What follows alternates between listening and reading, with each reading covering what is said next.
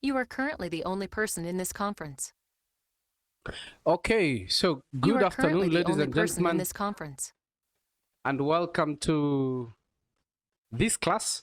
This afternoon, I'm going to take you through a number of PHP concepts that most of them will be familiar because we've already looked at them in our practicals, but it is important to also understand them theoretically. So in this class, really, I'm going to be teaching you about PHP Super Globals, and I'm also going to be showing you theoretically how to validate your form data, something that we've already done. And specifically also because we learned about functions yesterday, how to use functions to validate data instead of rewriting the code on every variable that we want to validate. So that's what we're going to be doing. Now, PHP has something we call super globals. The super globals are also referred to as the PHP Global Variables. They were introduced from PHP version 4.10, and they are built-in variables that will always be available in any scope. That means within a function, within a class, outside a function, outside a class, etc., etc. So we have several predefined super globals, which we are going to look at here. So these are some of the examples of the super globals. If you look at this, are there any super globals that you see or you find familiar? I'm sure there are several that we've used so far. Which ones can you see on this list that we've used so far during the practical? So I hope you can see them. But at least so far we've used the session super global when we were creating the login page. We've also used the post. I'm sure we've also mentioned get, but we've used the post to pick the data. We've not used globals. We've not used server. We've not used request, but we're going to understand them. And a few others, you might have to read more on them during your own time. Now let's begin with the globals, super global. So the globals, you see, it's a variable. That's why it begins with a dollar sign. So it is a global variable, which is used to access global variables from anywhere in the PHP scripts. So normally you store the global variable in an array. That array format is like this, and it has an index. That index will hold the name of that particular variable. So let's look at an example in this next slide. So here we want to show how to use the super global variable globals. Now look here. Here we are declaring two global variables x and y. Then inside this function addition, we are declaring another variable z. But this time we're not declaring it like we declared this one, dollar sign and the name of the variable. We are using the dollar sign globals, then the name of the variable. Now, even though we've declared z inside a function, you see outside here we can call the function and we can access the variable z, and the output of this program is going to be the sum of variable x and variable y. So I hope you understand that without using globals here, then this would have been a local variable. But here we are declaring it inside a function, and because we are using the globals super global variable, then we are able to access it from anywhere within our program. And really that's the purpose. And that is the purpose of the globals super global variable. Okay, now the other super global variable is known as the server, the dollar sign underscore server. Now this super global is used to hold information about the header, the path, and the script location of a particular page really. So let's look at the next example to understand more about the server super global. Now, the server super global is an array that can take in several parameters. So you can think of it as an associative array. So if you use it like this, then you reference php underscore self, then it's gonna give you the URL of that particular page. So remember, this is what do we call it? There's a name that I'm forgetting here. Is it called an explicit domain or something? That is, it mentions, let me just undo and draw just below it so that you see. Okay, that is, it doesn't just show the name of the server, the location of the server of the page really, but also the folder that that particular page is in.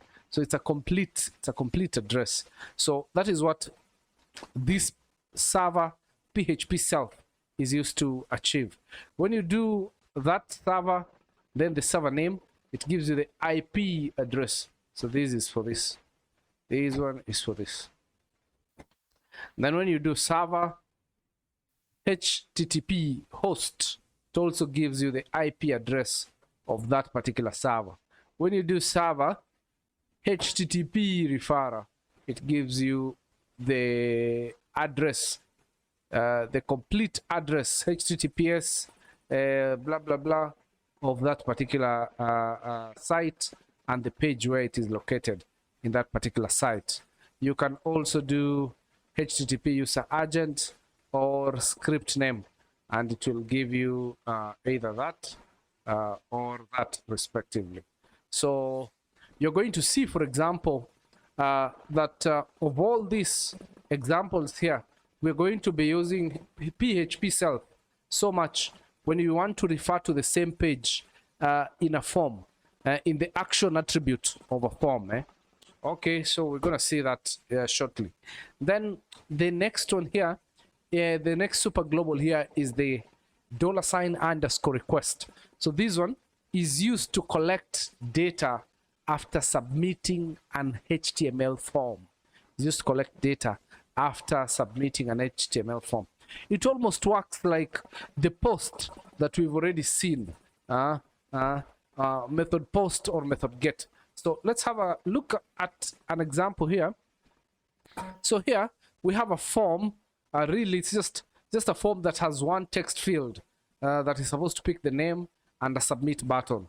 So you can see here input type text, input type submit for those two respectively. Now the form is using method post, and on the action, look what we do: PHP echo server $_server PHP self. So we are simply, what this will print out is the address of this particular web page. So really, it's just like saying action hashtag, meaning this form should be submitted to this same page. That is the PHP that is supposed to process this form is on this particular page. And indeed that is true, because that PHP is actually here, as you can see down here. Okay, so what really we're looking at is how to use the request. So look here. So here we have an if statement in the PHP. Request method is equals to post. So this one is also used to check if the submit button has been clicked. So if it has been clicked, then we can use the request. Look how we are using it, just like the method post. So $_request, then the name of that particular form control. So f name, and therefore that will pick the name. So the $_request super global variable is used for picking values from the form, just like this method that we've been using so far. So really, when it comes to picking data from the form, $_post is the most widely used method, really. And normally to achieve this, you have to use method post in your form element, really. So the attribute method, the value should be post. So let's have a look at the example here of method post. I know we've already done this so much. So it's really the same form that we used in the previous example. So you see method post, action, self, PHP self. Okay, then we come to the PHP code. So if the button has been clicked, then we want to pick the data. We create a variable called name, then we use $_post, then we use the name of the form control there, fname. And if indeed you've put something, it's going to be picked and saved in this variable name. So in the next line, of course, we are just using the empty function to check, is this variable empty? If it's empty, it's just going to print out name is empty. If it's not empty, then it's going to print out the name that you've inputted there. For example, in this example, the name that was entered was Mary.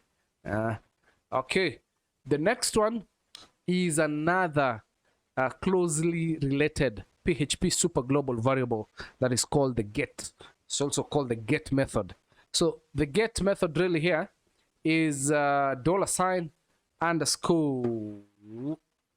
$_get. Now this one is also used to collect form data after submitting an HTML form, and on the method attribute of that particular form element, you must use method get. The value should be get. Now, other than that, this one has an extra use, and the extra use is collecting data that has been sent through the URL. Collecting data that has been sent through the URL. Now, assume we have an HTML page that contains a hyperlink with these parameters. Look here. So we have this is an anchor element, href, and we want to go to this page, test_get.php. But you can see that we are passing some information here. Subject is equals to PHP. And another information we are passing, web is equals to w3schools.com. So if you click on this particular hyperlink, when you click on that, the parameters subject and web will be sent to this page together with their values. That is, their values is PHP and w3schools.com. Okay, let's move on. So the PHP Super Globals. Okay, can I mention something here?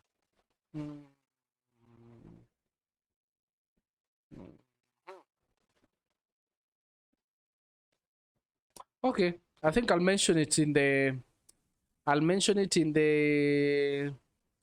I'll show you in the project that we're creating, the voting system. In the practicals, I'll show you how to use method get to pick data from the URL. So I'm going to show you this. I'm going to show you that. I hope I'll remember. Okay, so PHP Form Handling, Super Globals get and post are both used to collect form data. So we've already seen the examples of using either of them. Now,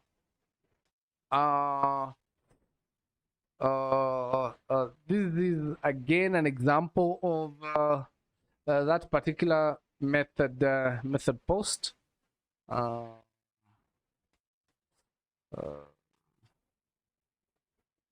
Just a moment.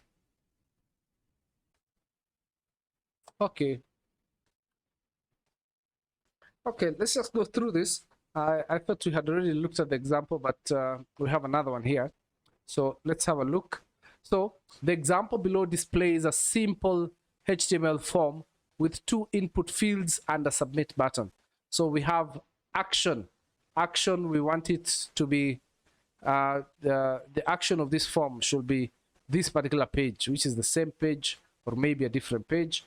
Then the method is post.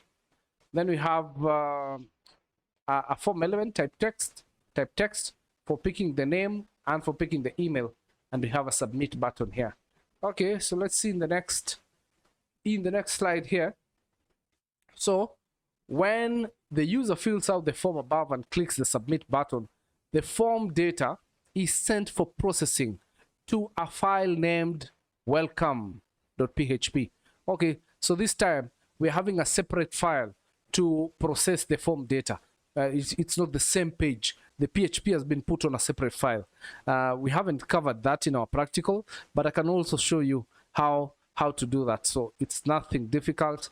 It's actually almost the same thing. So the form data is then sent with the HTTP post method.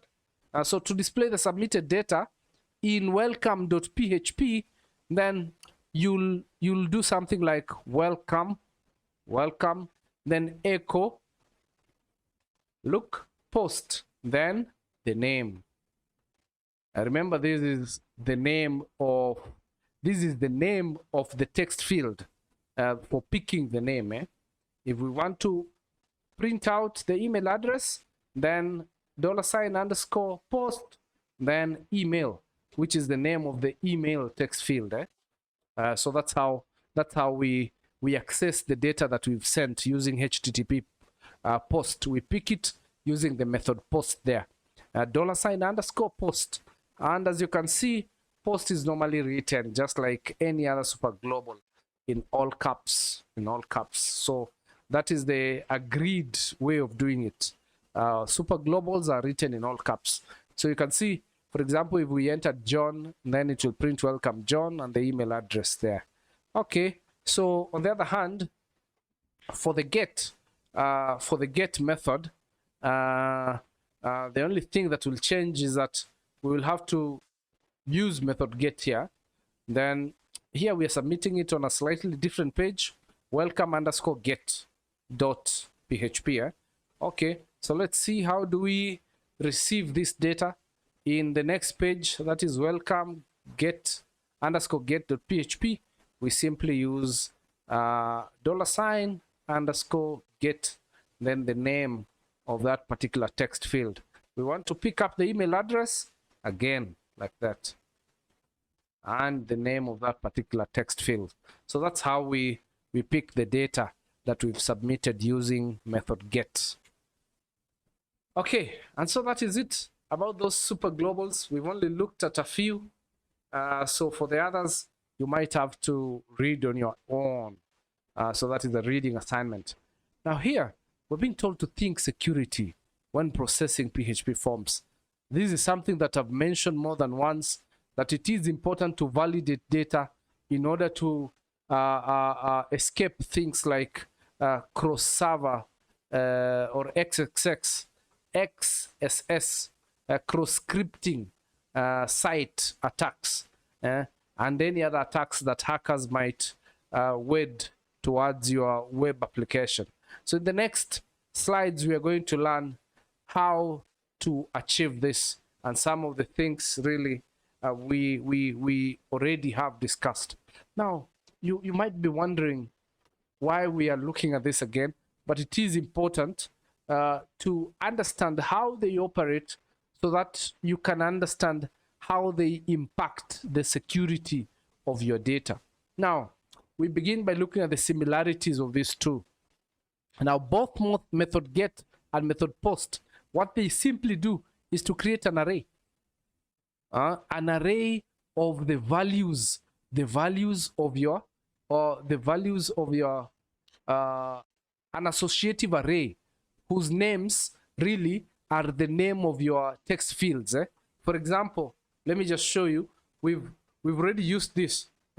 Either get that name like that, or that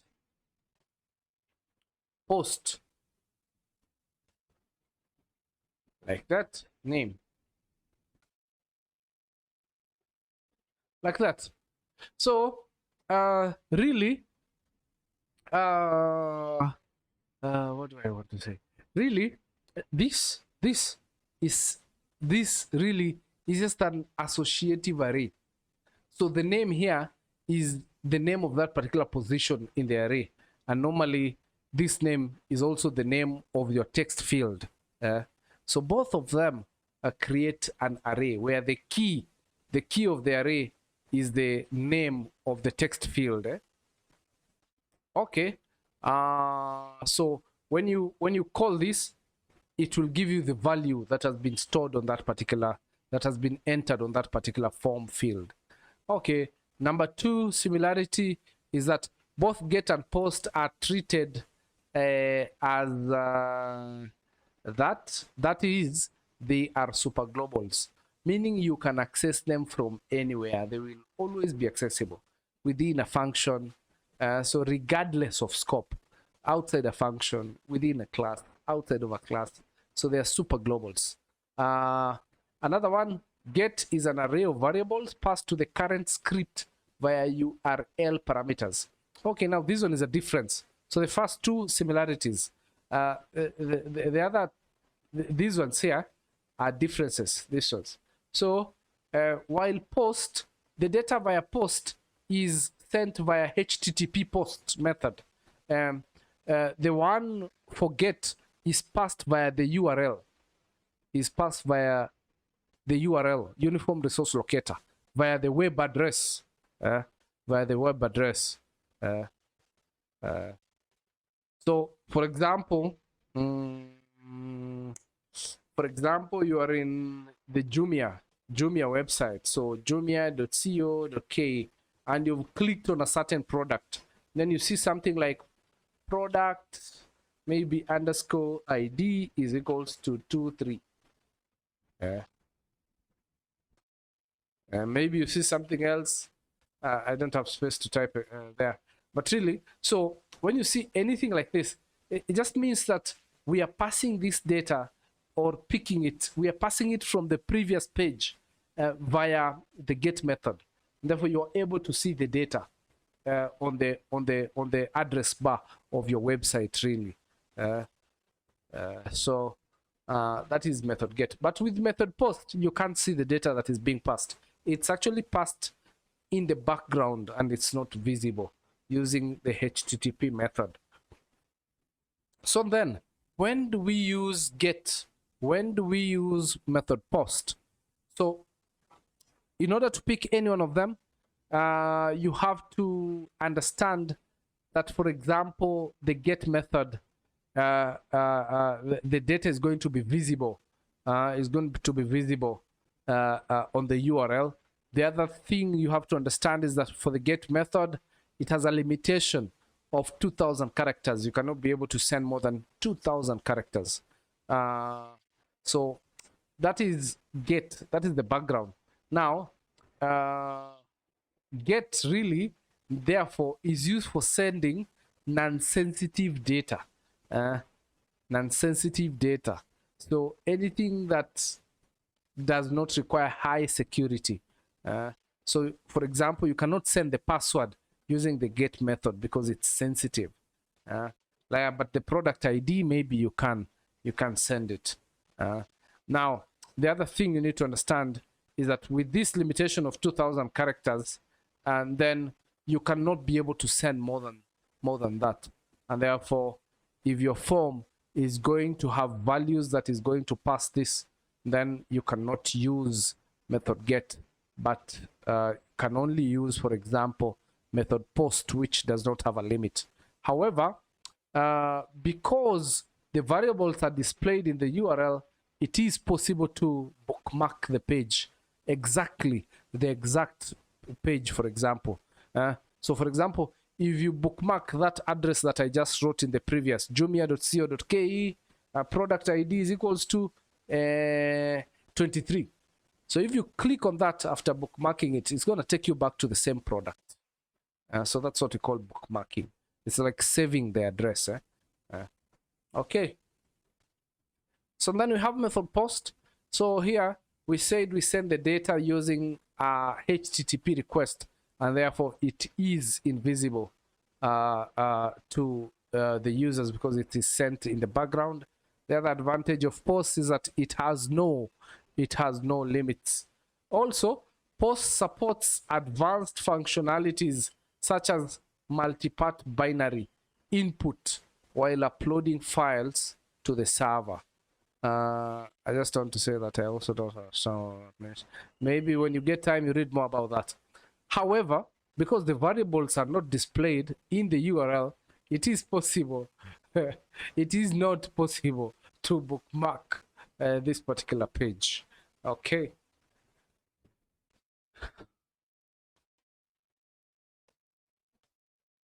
Do I need to say anything here?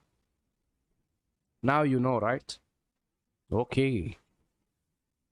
Now, form validation, we've already done this in the practical, but it is important for you to understand this also theoretically. These pages will show how to process PHP forms with security in mind. Proper validation of form data is important. To protect your form from hackers, spammers, and to also ensure that you pick the correct data from the user. Sometimes even users themselves, they just enter wrong data by mistake and not willingly, really. So HTML form will be working at this chapter contain various input fields, required and optional text fields, radio buttons, and also a submit button. So you're gonna see this is the form that we're talking about. You have name there, we have email, we have website for the address, we have a text area there for the comment, we have some radio buttons there for the gender, and a submit button. Anything that has a star means that it must be filled, really. So these are the validation rules for this particular form. So we have the name field. The rules required must only contain letters and white spaces. We have the email should be required, must contain an @ and a dot for us to know that it's a valid email. We have website, it's optional. So website really is the URL of the website, of your website, and it should present a valid URL. We have comment. This is also optional. Should be a text area because we expect a number of long text, really long text. Then gender required, must select one, means we must use a radio button. Okay, so here, what do we have here? So this is simply the beginning of the form, how we do it in HTML. We've already done this. So really input, type, text for the name, then the name of that particular field. So for the name here, it's going to be email. This is going to be website, and this is going to be comment. The name is very important because as you already know, the either post, request, or get Super Global is going to use this as the associative array name for that particular method that you've used to submit the data. Okay. Just in case you had forgotten, this is how we do a text area. It has an opening and a closing tag. Eh? Then you specify the rows and you specify the columns. Okay, and then here we have the radio buttons to pick up the gender. One of the most important things to remember about radio buttons is that for you to be able to select one and deselect all the others, they must have the same name, all of them. And of course, the type also should be type radio. The value is what will be saved to the database. So if you click on the first one, that one will be saved. If you click on this one, that one will be saved. And this one, that one, it's what will be picked by PHP, really. Okay, then the form element. The form element must have several compulsory attributes. One of them is the method attribute. Here we are using method post. The next one is the action attribute. In this action attribute, we are using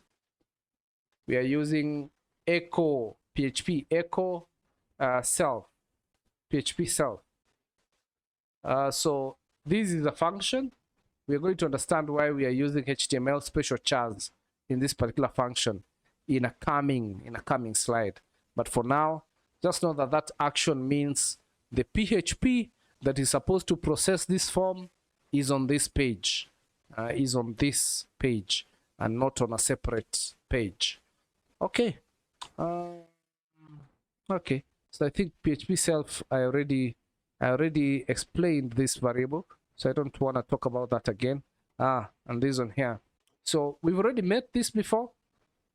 The purpose of this function is to convert special characters to HTML entities. What does that mean? If the user enters greater than or less than symbols, you know, these symbols have special meaning in HTML. They used to create tags. Then they're gonna be converted into the HTML entities. Remember HTML entities? For greater than, it's and LT. For less than, LT. For greater than, it's and GT. So they're going to be converted. And therefore, if a hacker is entering some HTML or JavaScript code into your form, then because they've been converted to this, nothing is going to happen. That attack is going to fail. And such kind of attacks is what we call XSS, cross-site scripting attack. It's called XSS attacks. So you use HTML special chars to avoid that particular attack. Okay, big note here, very important. Now, when you're using this function, when you're using this super global server PHP self, it can be abused by hackers. How is that so? The self, PHP self, is used in your page. Then a user can enter a / on your page, then enter some HTML or JavaScript command that can be executed in your page. So let's see how that can be done. Now, assume that we have a page by the name test_form.php. Then in that page, we have this form. We're using method post. Then on the action, we've said echo server PHP self. Now the user enters the normal URL in the page. So the normal URL is this, example.com/test_. So just the same as this. Just the same as this.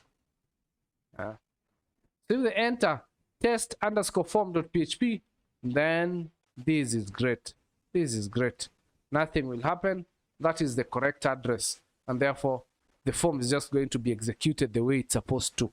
Okay, now let's look at another example here. Now consider a user, and this user now is a hacker, enters the following URL in the address bar.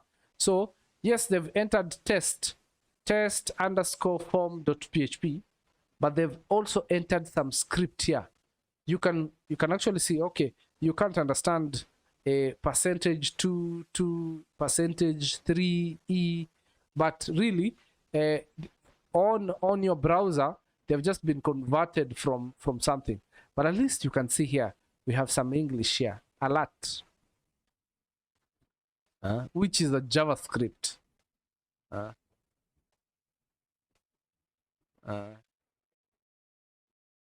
Alert. So what's going to happen is that if they enter this, anytime someone submits your form, this is what is going to happen. You see, we have this script in your action, alert hacked. So it's just going to print out hacked. They click submit, hacked. They click submit, hacked. So your form cannot submit. Your form cannot submit if they entered something like that. So that is an example of a cross-site scripting attack. Okay, so how do we avoid this? We avoid that kind of exploit by using the HTML special chars function. So how to do that? In the action, instead of just echoing server PHP self, we enclose that particular PHP self server in a function, in that particular function, HTML special chars. So of course, as we said again, this will convert any HTML or JavaScript tags into HTML entities. And therefore, if a hacker attempts, if they attempt to hack, then they're just going to be converted. They're just going to be converted to the entities, and therefore this is not going to be executed. Not going to be executed really, and therefore no harm is going to be achieved. So that is it, ladies and gentlemen, about cross-site scripting attack. Now here we want to look at some functions that you can use to validate form data in PHP. The first one, we've already met it and talked about severally. The next one is called trim, and the other one is called strip slashes. So let's have a look at each one of these. The trim function is used to strip unnecessary characters. That is white spaces, tab, or a new line from the user input data. From a user input data. So in the practical, we're going to use it. Then we have strip slashes. Because your strip slashes is to remove. The purpose of strip slashes function is to remove backslashes from the user input data. So that is what that means. Just as an example, when you talk about trim, what we mean is this. Let me see. If we have trim, and Kevin Karaoke, like that. So if you do that, I wish I could have done echo. Let me just do echo here. Oh, sorry. Echo trim Kevin Karaoke, like that. So if you do that, then the output here is going to be Kelvin Karaoke. So it's going to remove this white space. That is what that means. Strip slashes. If we do, as an example, we do echo strip slashes. Then we do something like Kelvin backward slash, or even forward slash karaoke, like that. So if we do something like that, then the output is going to be Kelvin karaoke. It's going to remove that backward slash. So that is what that one does. And you're going to understand why it's important, because really it helps in preventing attack to your database using MySQL injection attacks. Okay, now the next step, you see, let me go back again. And normally this is what we will do. Normally this is what we will do. The first thing is, for example, to take fname and say fname is equals to, if we are using like what we've been doing in our practical. Why isn't this? If we are using, for example, method post, we will do that. Then pick up the fname. Sorry, fname, like that, like that.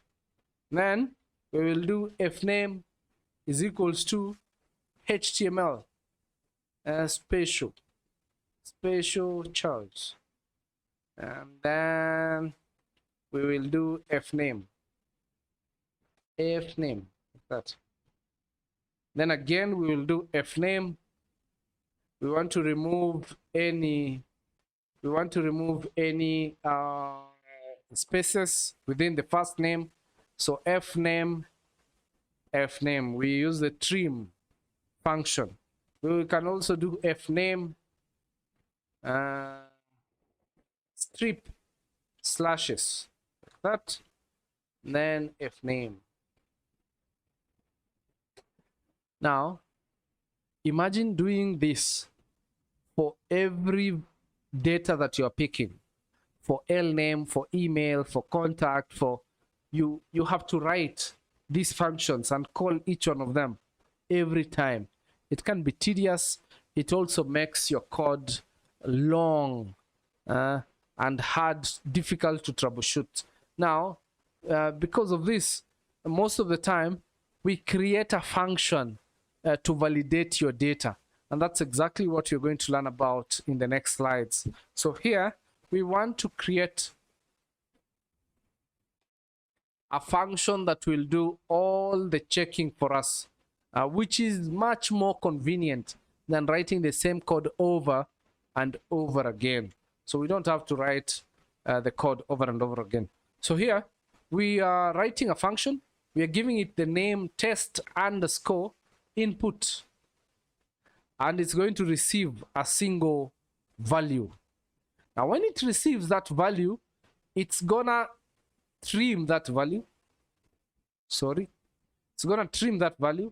It's also going to strip the slashes. It's also going to convert the HTML special characters to HTML entities. Then it's going to return that particular data. So when we call this function, we pass it the fname, for example. It trims it, it removes any slashes that are there, it converts the HTML special characters into HTML entities. Then it returns that particular name. So that is what the function will do. So this is how the entire program would look like. For example, if it was a registration form that we created earlier. So here we just have variables that are going to pick data from our forms, and not really to pick but to store data from our forms. Then here we have an if statement that is ending here. So beginning from here to here, here we're just saying if the form has been submitted, we want to take the name. Now when we take the name, we want to call the function test underscore input. That function has been implemented down here, and we want to pass it that name that has been entered on the browser, on the field. So we pick it using $ underscore post name. So we will do the same thing for the email, do the same thing for the URL, do the same thing for the comment, do the same thing for the gender. So now you see, for example, for the name, to verify it, it had to have 1, 2, 3 lines of code. So for all of them, 1, 2, 3, 4,